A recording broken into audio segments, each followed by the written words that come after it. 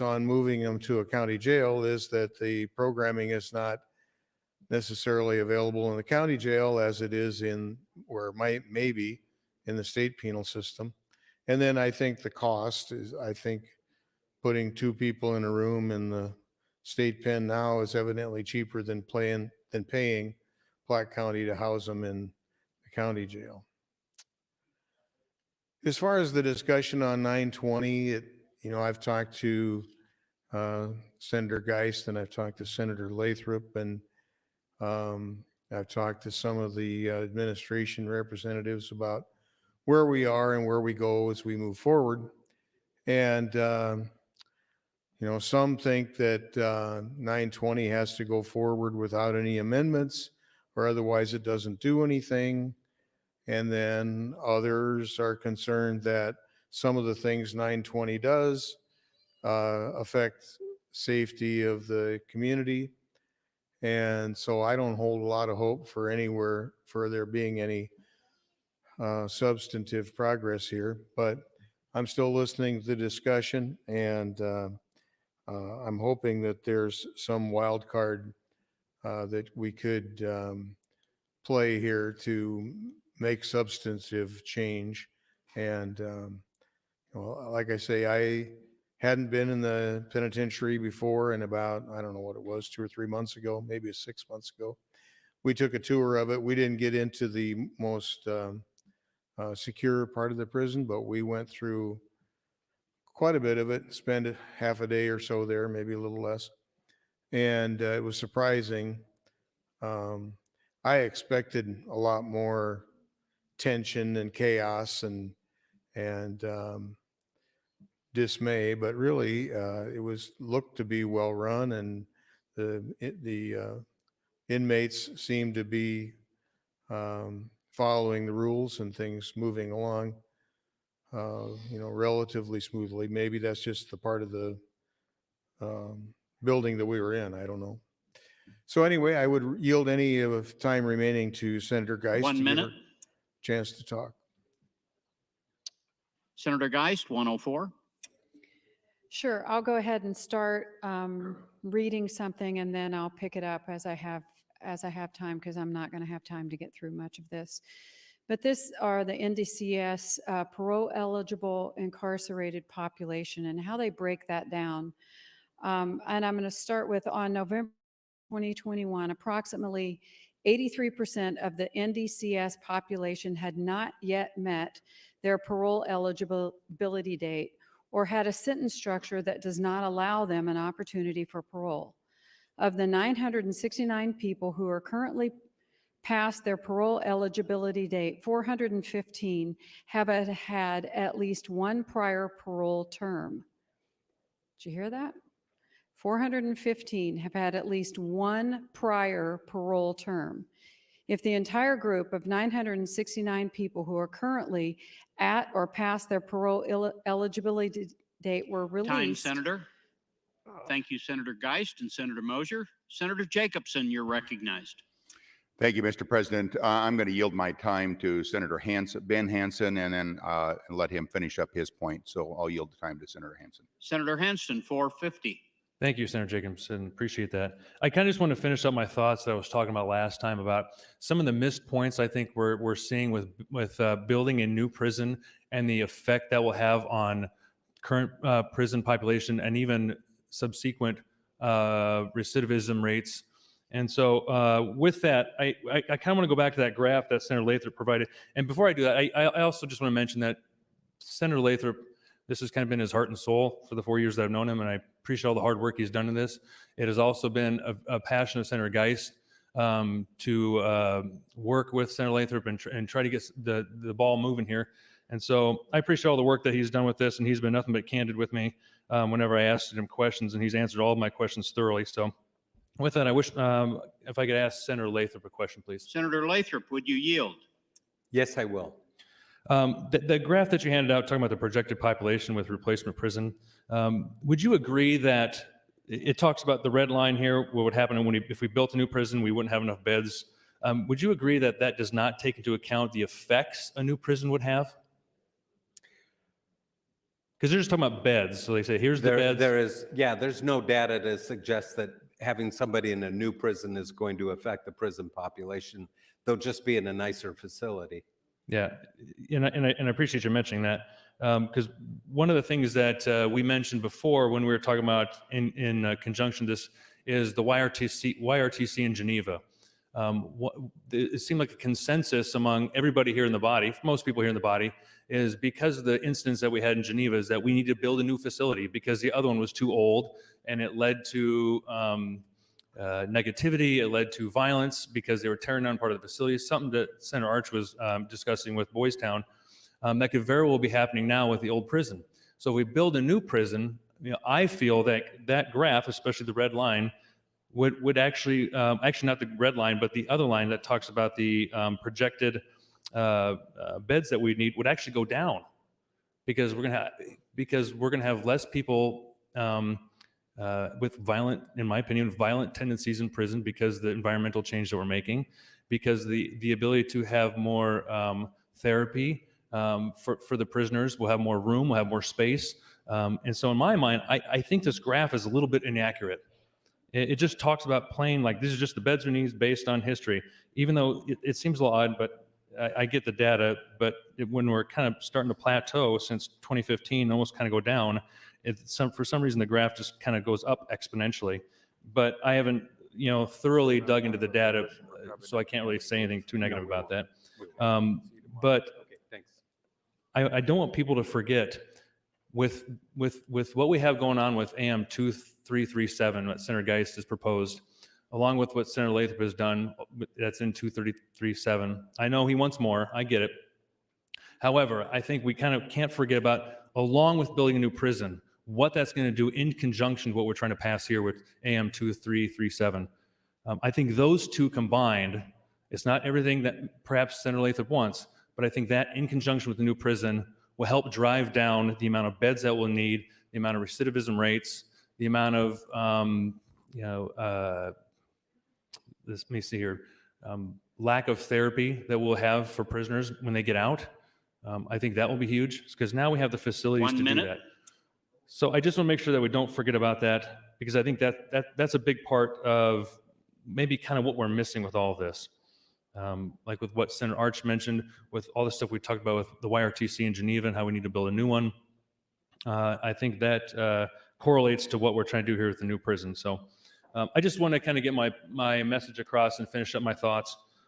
Again, I appreciate everything Senator Geist and Senator Lathrop is doing, and I'm going to encourage my colleagues to vote AM 2337, Senator Geist's amendment, because without her amendment, I am going to be a no vote on LB 920. So maybe we'll work something out here between now and we get back tomorrow. I sure hope we can. I think this is important for not only the population that we have now, but the state of Nebraska and moving forward. Something which is quite a bit, in my opinion, is better than nothing. And I full-heartedly believe Senator McKinney will even further this cause as he's here for the next how many years. And so I trust him to keep fighting for this, and that will allow us to kind of keep working on this in the future. So thank you, Mr. President. Thank you, Senator Hansen and Senator Jacobson. Senator Lathrop, you are recognized. Thank you, Mr. President. We have been at it now a little over 2 hours.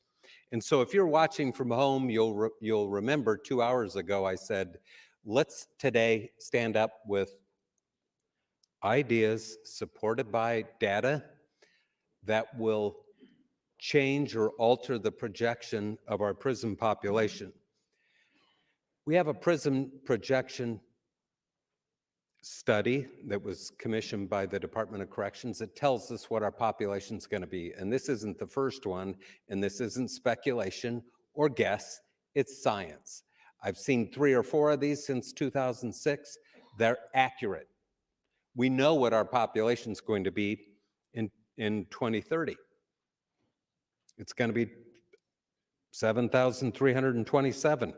And if we build a new prison, we'll have 6,000 bed operational capacity, which is 125% of design capacity. So we'll be cramming people in there, but at 125% of design capacity, we're still 1,300 beds short. So I began the day by saying, let's hear what your idea is.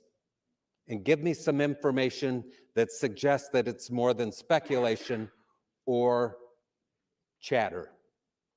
And so since in the last 2 hours, we've had many floor speeches here where we've said things that aren't true, like there was huge movement and a compromise.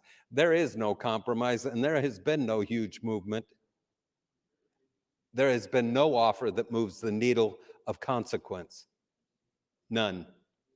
The representation that there was huge movement is a misstatement or a mischaracterization, and there's most certainly is no compromise. But we talk about jails being overflowing across our counties. Says who? That's just more talk, not supported by data. We talked about catalytic converters, which honestly, I'm sorry for those people. I put a bill in, I couldn't get to the floor on catalytic converters. We won't get to it because everything's being filibustered this year. It has nothing to do with the population growth. We've not heard one idea in 2 hours come from those who oppose this bill. So if you're watching at home, we've heard nothing. I ask for ideas that move the needle and some data to support it. You should know, if you're watching from home, Senator Geist was on the CJI committee, on the CJI group. If she had an idea that would move the needle, she could have proposed it. It could have been an option item, and somebody could have told us if it made a difference. We have all the option items that came out of the group, including the group that Senator Geist was involved in, and we know what it does and what it doesn't do. And I'm not saying disparaging things about Senator Geist's amendment, because the very same provisions are in my committee amendment. She's just taken the substance of the committee amendment and gutted it and left behind the things that don't make a difference. Is it worthless? No. Or not worthwhile? No. It's in my amendment. So no one's saying anything disparaging about it. I'm just telling you, it doesn't solve our problem. And now what we can do is pretend that we're not signing off on building 2 more prisons and obfuscate and talk about catalytic converters 1 minute. and the meth problem in greater Nebraska and speculate about what a new prison would mean to our population.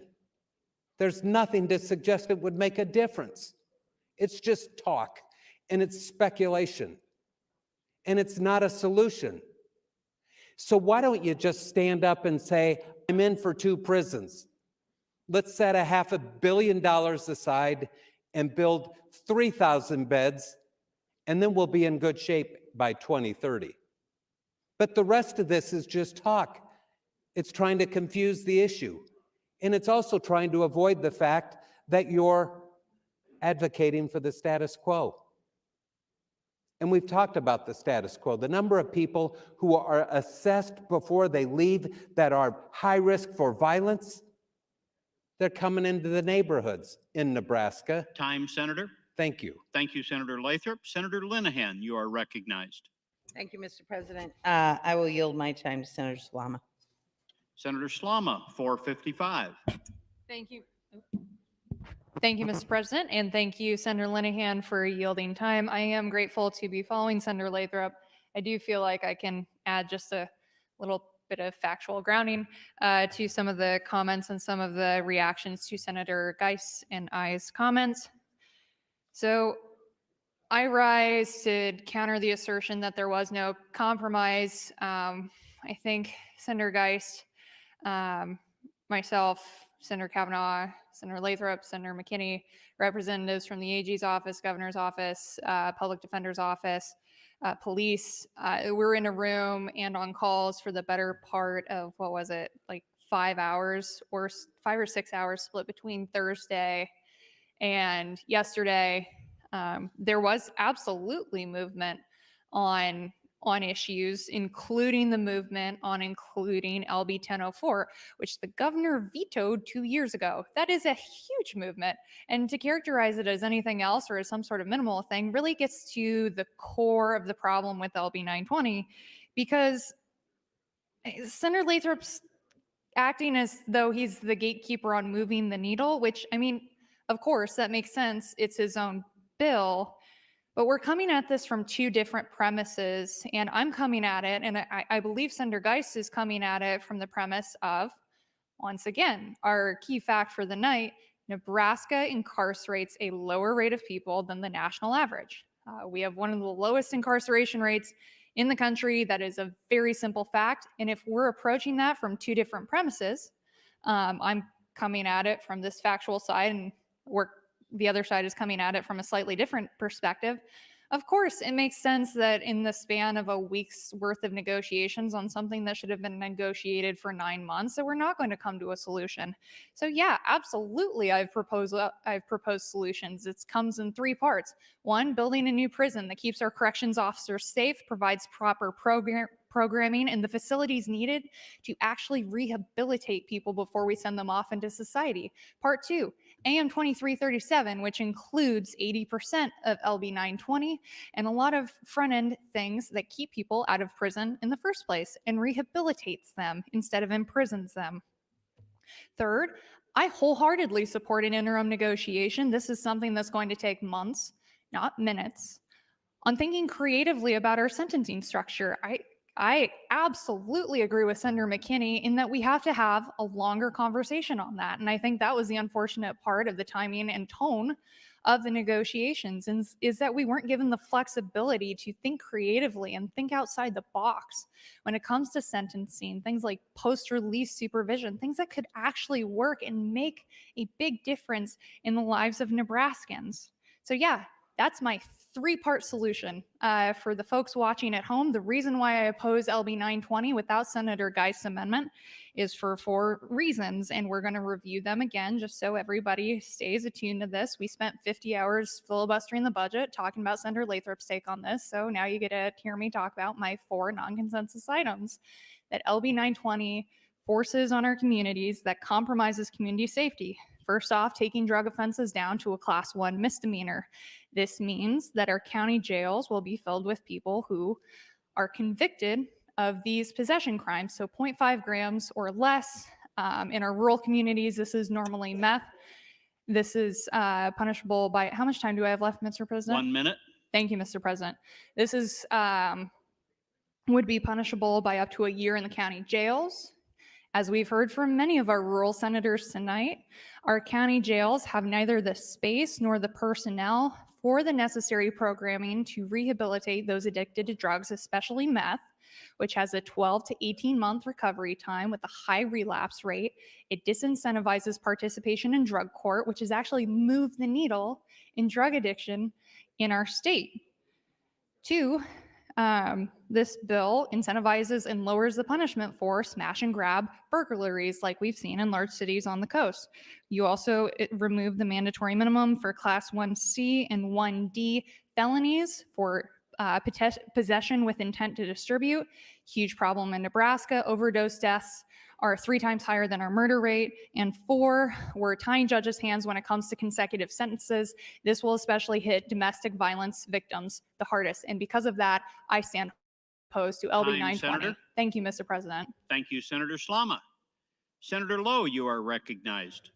Thank you, Mr. President. I yield my time to Senator Geist. Senator Geist, 455. Thank you, Mr. President. One of the things, I was reading this parole eligibility incarcerated population, and I'm going to skip down to something that I think will be interesting to everyone who's listening, and that is a specific discussion about drug offenders. They are the 3rd highest in this graph. I wish I could show it to you, but I cannot. And of the people who are eligible for parole, people incarcerated with a drug-related crime as their most serious offense make up about 13.6% of the NDCS parole-eligible population. The majority are incarcerated for their use of hard drugs, cocaine, methamphetamine, for trafficking drugs through Nebraska from other states, or for manufacturing, distributing, or possessing controlled substances in sufficient quantity to indicate their intent to engage in such activities. None of the currently parole eligible inmate incarcerated population are low-level drug offenders. On average, please listen to this, on average, people incarcerated for drug offenses have 22 prior convictions. That's on average. 70 of the 132 drug offenders have been paroled at least once in their current sentence. 42.8% of the parole-eligible population have served a prior term of parole and were subsequently revoked for law or technical violations. Technical violation can be anything from repeatedly failing a drug test, from not showing up to treatment, or absconding, which means whereabouts are unknown. So if you're out on parole and you've done some of those things, repeatedly, the likelihood that you could show up at NDCS again is high, and there are 415 of those. 826 is the number of 85.2% of the parole-eligible population that have completed their required programming and are currently enrolled. 395 of those have been on parole at least once, previous to when they're serving now. 143 equals 14.8% of the parole-eligible population have outstanding recommendations for clinical programming. And again, we get to the programming. It's required for parole, and not everyone is taking it. 8 need to repeat recommended programming. 55 previously enrolled and did not complete. 56 have refused or have not accepted the recommendation.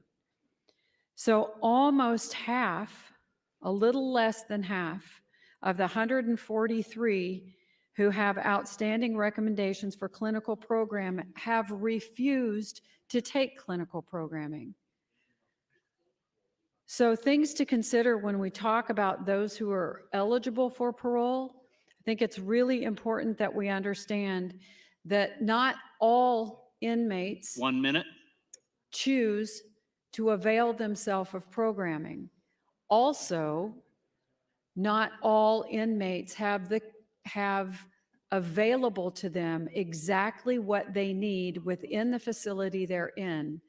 And therein lies an issue that I keep coming back to, and that is one that helps inmates to get treatment, to get robust services once they're in the facility and transitioning out. It's so important so that people don't continue to come back. Thank you, Mr. President.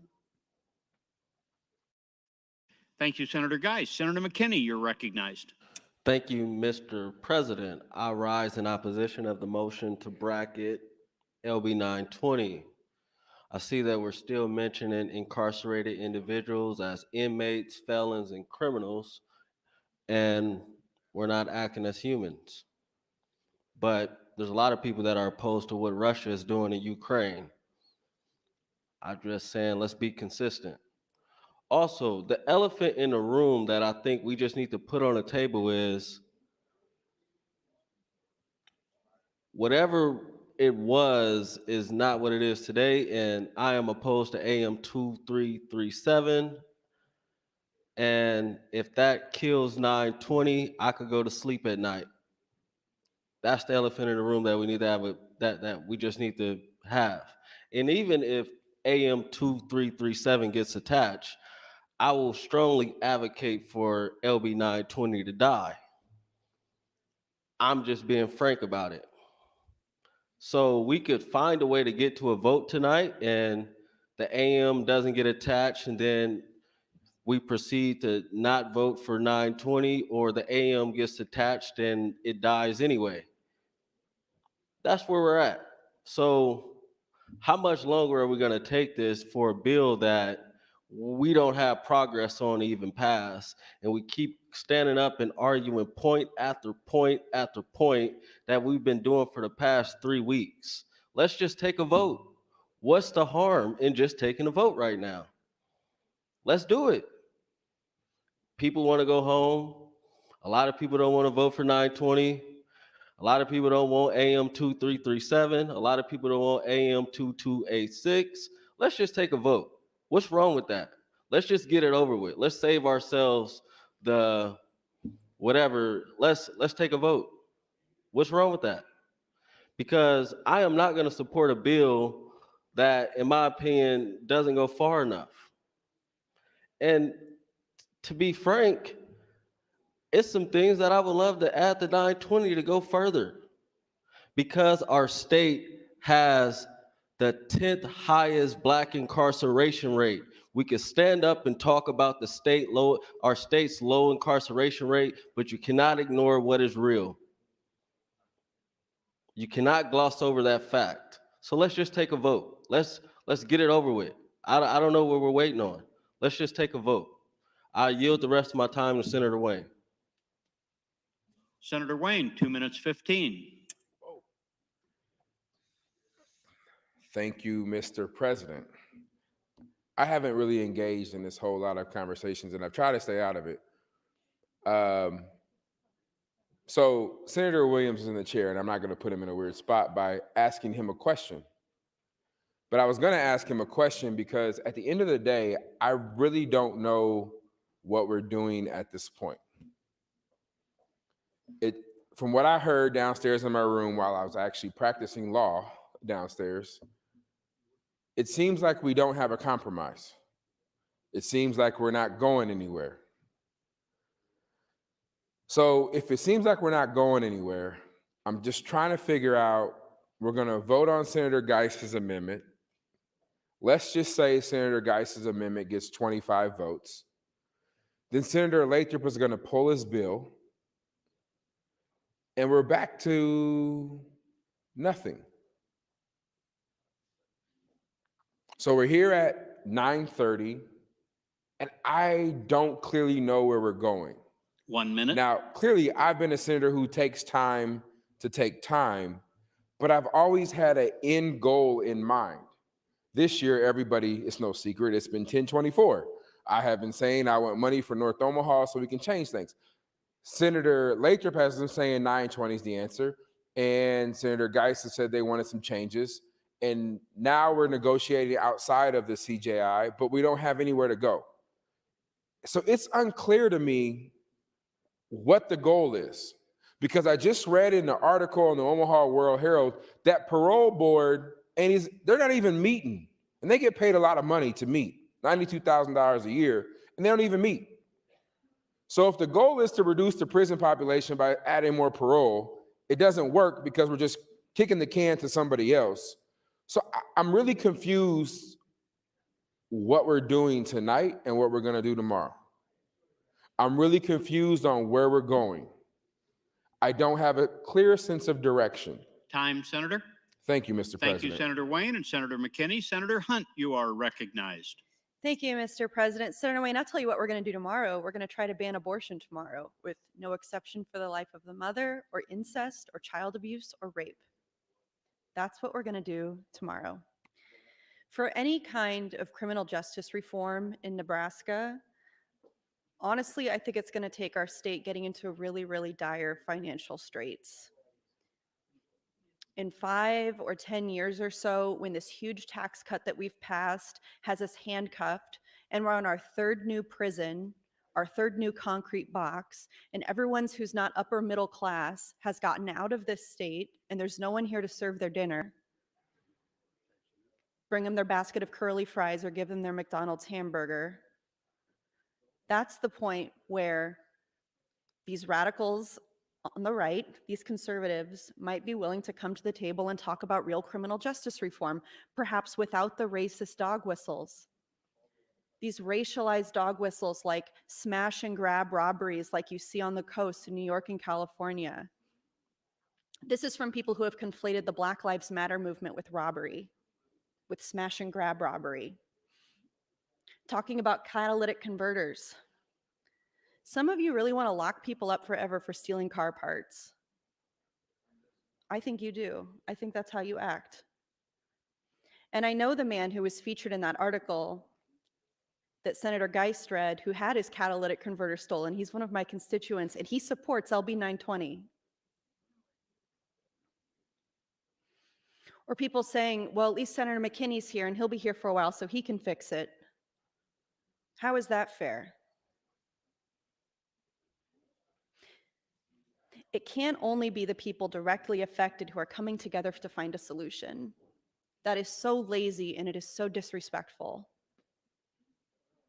Senator Slama keeps saying that we have one of the lowest incarceration rates in the country, but why isn't she specifying that it's the lowest incarceration rate for white people in the country? We have the 10th highest incarceration rate for Black people. That statistic matters, colleagues. Nebraska, that statistic matters. I know that the representation made that there was no space to negotiate this bill, that there was no opportunity for a serious conversation about compromise. I know that that representation is completely false. I don't have to have been in every single meeting that happened on this bill to know that that's wrong. It's at the 11th hour. Opponents of LB 920 are trying to ram through an amendment that guts the bill and then say, well, no one would compromise or negotiate with us. That's just not true, Nebraskans. I'm a hard no on AM 2337. And I thank the Judiciary Committee for the work that they did with leading experts from across the country to do something about our prison population, which is the most overcrowded in the country, with the 10th highest Black incarceration rate. And that, colleagues, matters to a lot of people in this body. If Senator Lathrop would like any time, I would yield the rest of it to him. Mr. President. Senator Lathrop, 1 minute 20. Thank you, Mr. President. I appreciate this may to some of you feel like it's a silly exercise. I've spent 4 years on this issue. We brought in CJI and they guided us through a process. CJI was vetted by the governor before they got here. They're a credible organization. They gave us real data to guide our process, and then it resulted in options for our consideration, which are contained in 920. Now what we want to do is discredit the data. We want to offer speculation. If you want to kill this bill, I agree with Senator McKinney. If you attach AM 2337 to this bill, I hope 920 dies. Kill it. But don't pretend like you're not signing up for 2 more prisons. Because you want to kill 920, which appears to be the course we're on. You want to kill 920, we're signing up for 2 more prisons. Time, and Senator. that ought to be a consideration when we're talking about tax policy. Thank you, Senator Lathrop and Senator Hunt. Senator Geist, you are recognized. Thank you, Mr. President.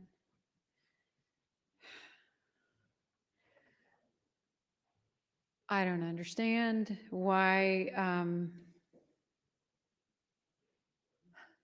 we wouldn't take something over nothing. Just because it's not what you want, why you don't take something.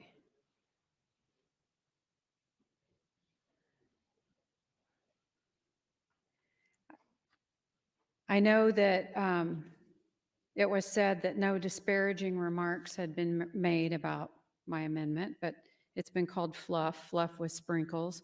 That's not really complimentary.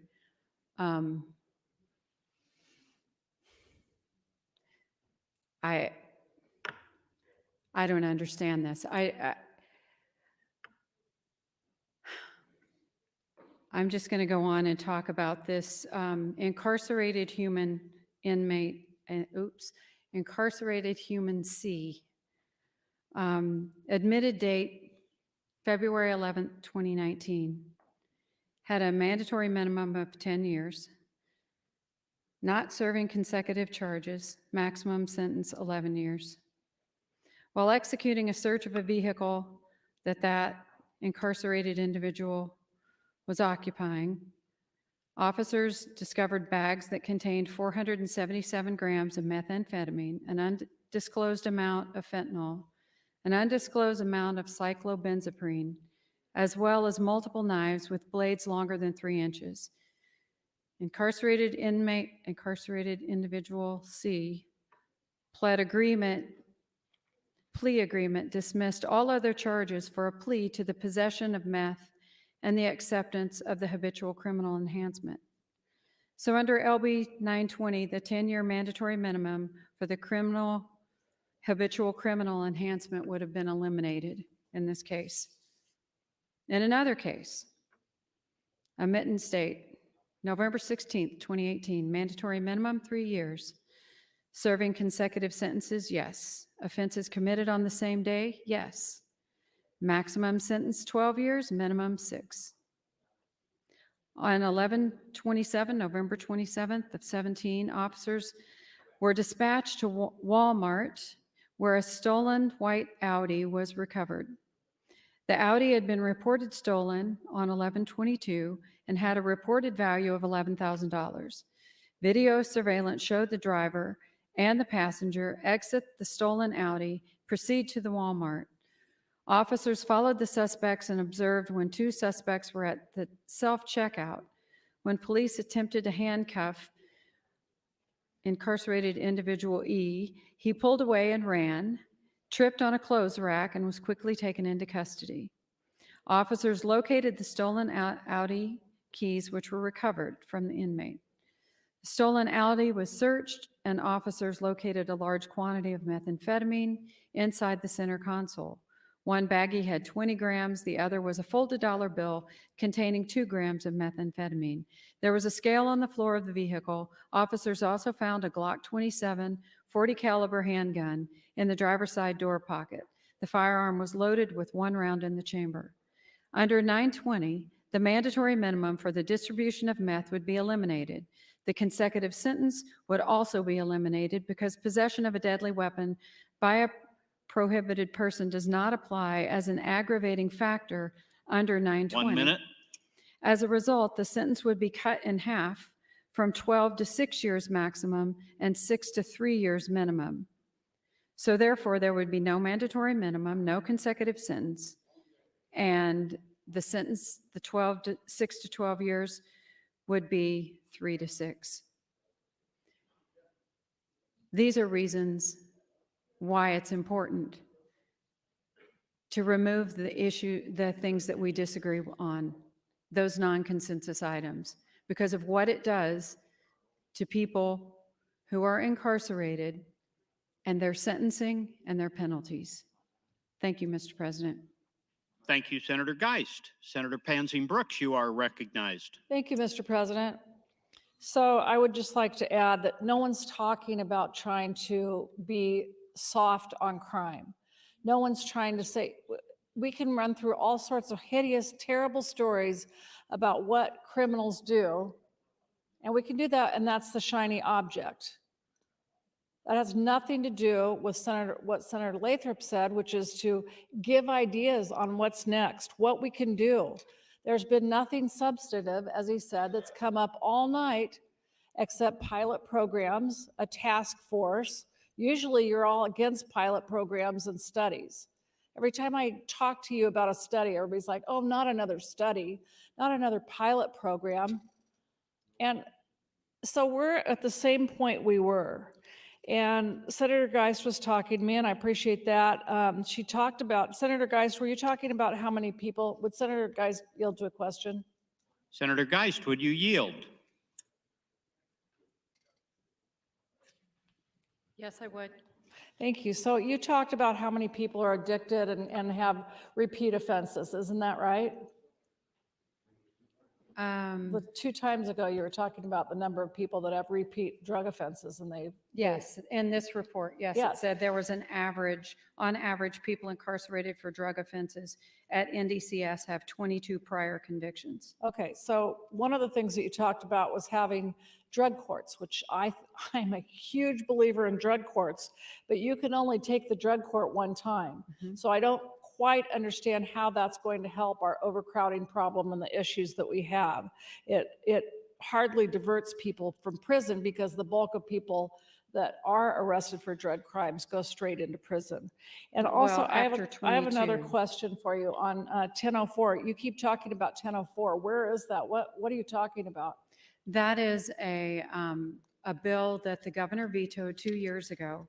That was, it was introduced by Senator Lathrop, and it proposed to have a 2-year automatic probation or parole period on every sentence. But I thought that it was previously, and so this current one, though, requires 5 years. Is that correct? Yes, it's a five-year So it's not minimum the same sentence. bill.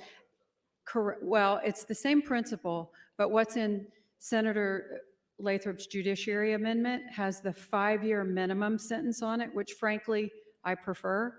But the one that we negotiated through was the original green copy amendment of that same bill, which had no 5-year minimum sentence. So, but now it's 2 years if there's a minimum sentence of 5 years, right? No, it's now the green copy is an automatic 2-year parole for everyone.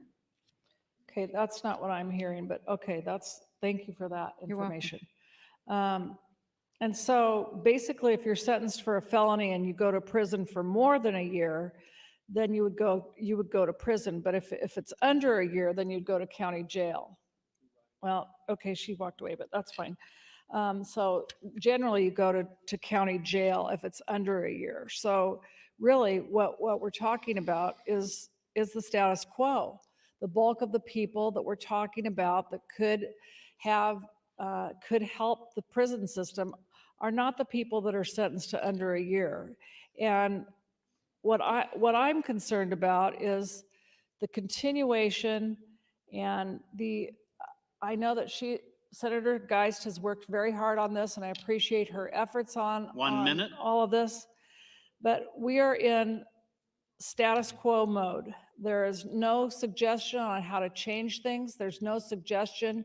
I appreciate Senator Geist's comments about programming and sentencing reform. I have another question for Senator Geist. Another question for Senator Geist. Senator Geist, would you yield? Senator Geist? Yes.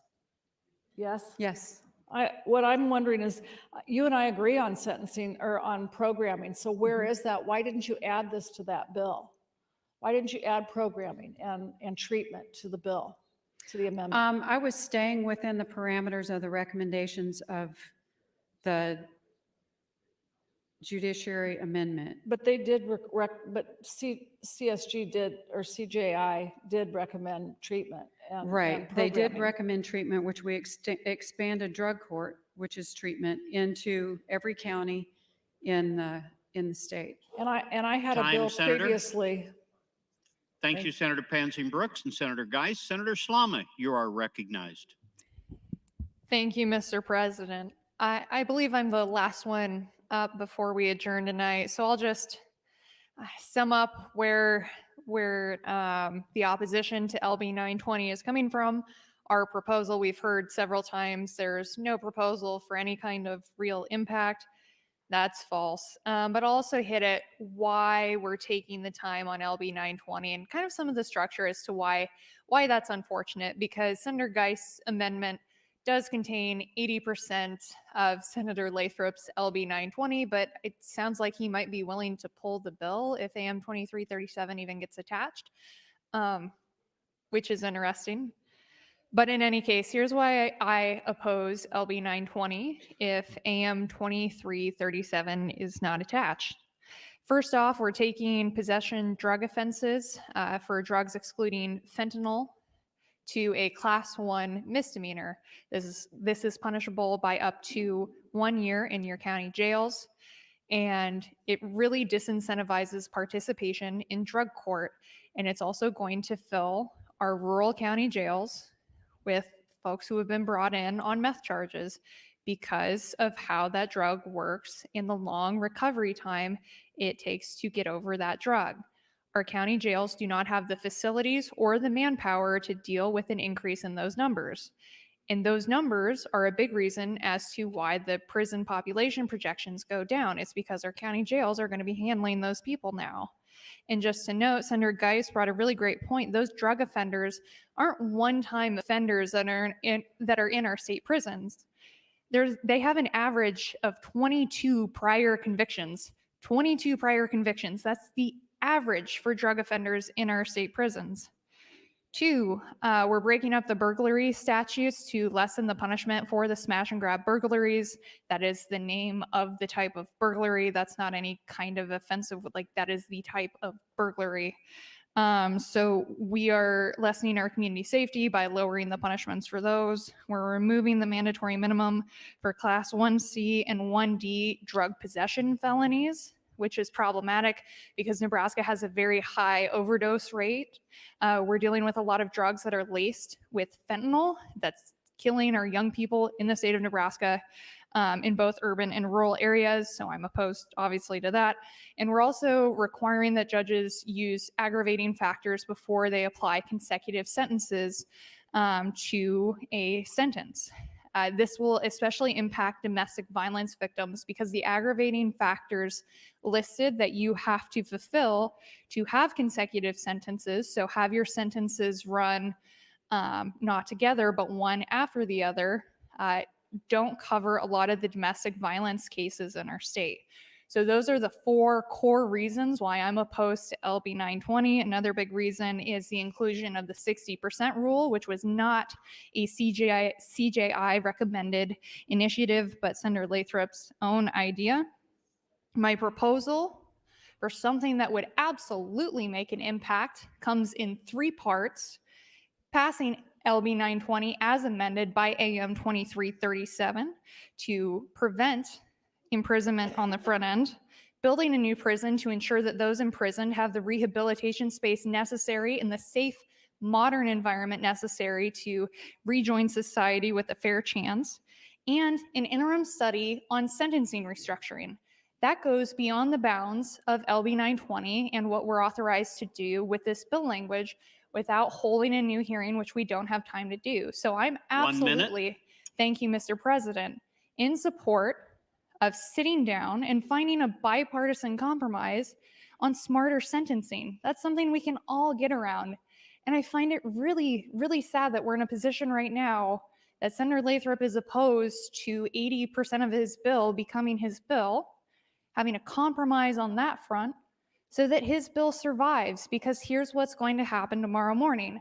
I'm going to withdraw my bracket motion. We'll get to a vote on Senator Geist's amendment. If it succeeds, I will support LB 920. If it doesn't, LB 920 will be taken to cloture, and it does not have 33 votes to succeed on a cloture motion, so it will die. So I'm very hopeful that some sort of compromise is reached before tomorrow morning, but I am doubtful. Thank you, Mr. President. Thank you, Senator Slama. Mr. Clerk, for items. Thank you, Mr. President. Motion to be printed from Senator Michaela Kavanaugh to LB 902. An amendment to be printed from Senator Kavanaugh to LB 1023. Finally, Mr. President, priority motion. Senator Linehan would move to adjourn the body to Wednesday, April 6th at 9:00 a.m. Members, you've heard the motion to adjourn until 9 a.m. tomorrow morning. All those in favor say aye. Those opposed say nay. We are adjourned.